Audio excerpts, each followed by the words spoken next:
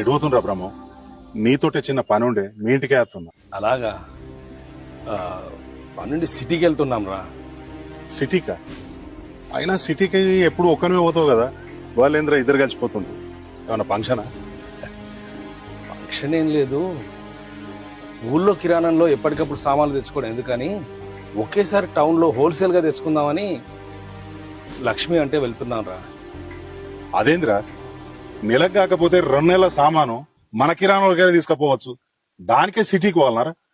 అక్కడ wholesale shop లో లక్ష్మిని తీస్తే తనకు కావాల్సిన సరుకులు తను తీసుకుంటుంది, ధర కూడా తక్కువ కదా. ఓహో, అర్థమైందిరా, మొత్తం అర్థమైంది. మా ఇంటి పెళ్లి పని నీకు ఇయ్యలేదని నువ్వు నా దగ్గర రావన్నట్టు, అంతే కదా? అవును. ఇందులో నా తప్పే ఉన్నదిరా.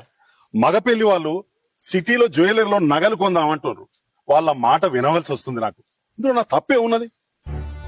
ఇక్కడ నా తప్పేం లేదురా, మా ఆవిడకి కావాల్సిన తను కొనాలనుకుంటుంది, తన మాట నేను వినాల్సి వస్తుంది.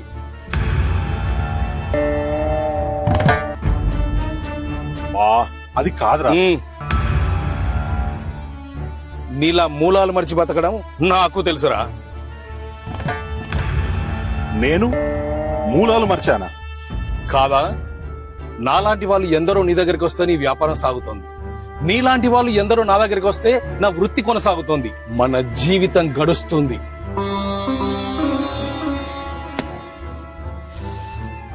ఒక చిన్న కిరాణా కొట్టు పెట్టావు, షాప్ చేసావు, వ్యాపారస్తుడు అయ్యావు, ధనవంతుడు అయ్యావు, కోటీశ్వరుడు అయ్యావు. చాలా సంతోషం రా, చాలా సంతోషం.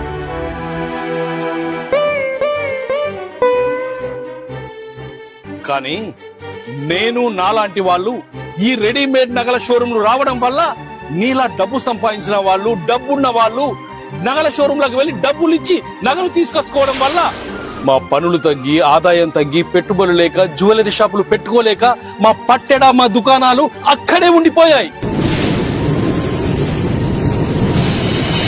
మాకు బతుకు తెరువు చూపించు దేవుడా అని మొరపెట్టుకుంటూ మానసికంగా కృంగిపోతూ బ్రతుకీడుస్తున్నాం రా, బ్రతుకీడుస్తున్నాం.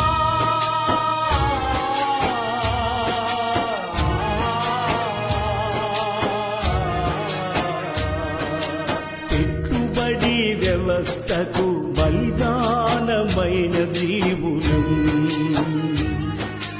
పెట్టుబడి వ్యవస్థకు బలిదానమైన జీవులం. మృతి లేక నేడు మృతి కోసం, మృతి లేక నేడు మృతి కోసం ఎదురు చూస్తున్న స్వర్ణకారులం, ఎదురు చూస్తున్న స్వర్ణకారులం.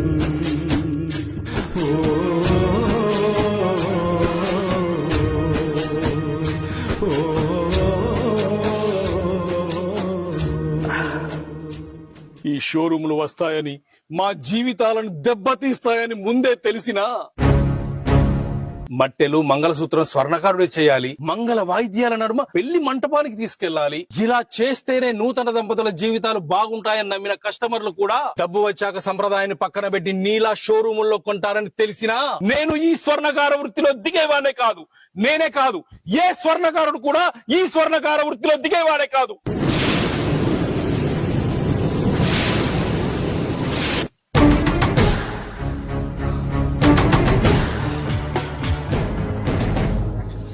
అరే, ఎక్కడి నుంచో వచ్చి కోట్ల రూపాయలతో షోరూములు పెట్టిన వ్యాపారులను నమ్ముతారు, కానీ అనాదిగా మిమ్మల్ని నమ్ముకొని మీరిచ్చే పనులతో బతుకుతున్న మమ్మల్ని నమ్మకుండా మా పొట్ట కొడుతున్నారు కదరా.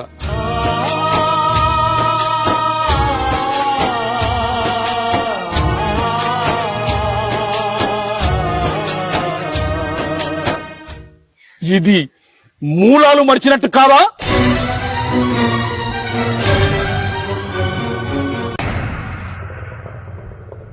ఇంటి భోజనం వదిలిపెట్టి హోటల్ తిండికి అలవాటు పడి రోగాల పాలైనట్టు గాయత్రి ఉపాసకులైన స్వర్ణకారులను వదిలిపెట్టి రెడీమేడ్ నగలు కొంటూ మీ పిల్లలకు రెడీమేడ్ జీవితాలు ఇవ్వకండిరా.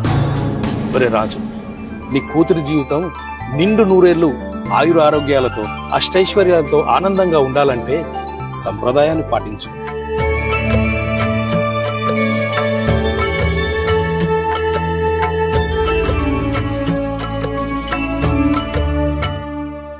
స్వర్ణకారుల వద్దే నగలు చేయించు. అది నా వద్దైనా సరే, లేదా మీ బావకు తెలిసిన స్వర్ణకారుల వద్దైనా సరే. థ్యాంక్స్ రా. ఒక్క నిమిషం ఉండరా.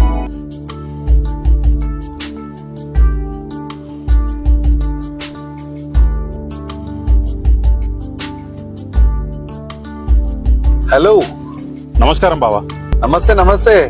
బావగారు, ఒక చిన్న విషయం ఉంది. ఏంటో చెప్పండి. మనం అనుకున్నాం కదా ఆ పట్నంలో కార్పొరేట్ జ్యువెలర్లో నగలు కొంటామని. అక్కడ కొనట్లేదు ఇప్పుడు. ఎందుకు? స్వర్ణకారుల వద్దే నగలు చేయించు. అది నా వద్దైనా సరే, లేదా మీ బావకు తెలిసిన స్వర్ణకారుల వద్దైనా సరే.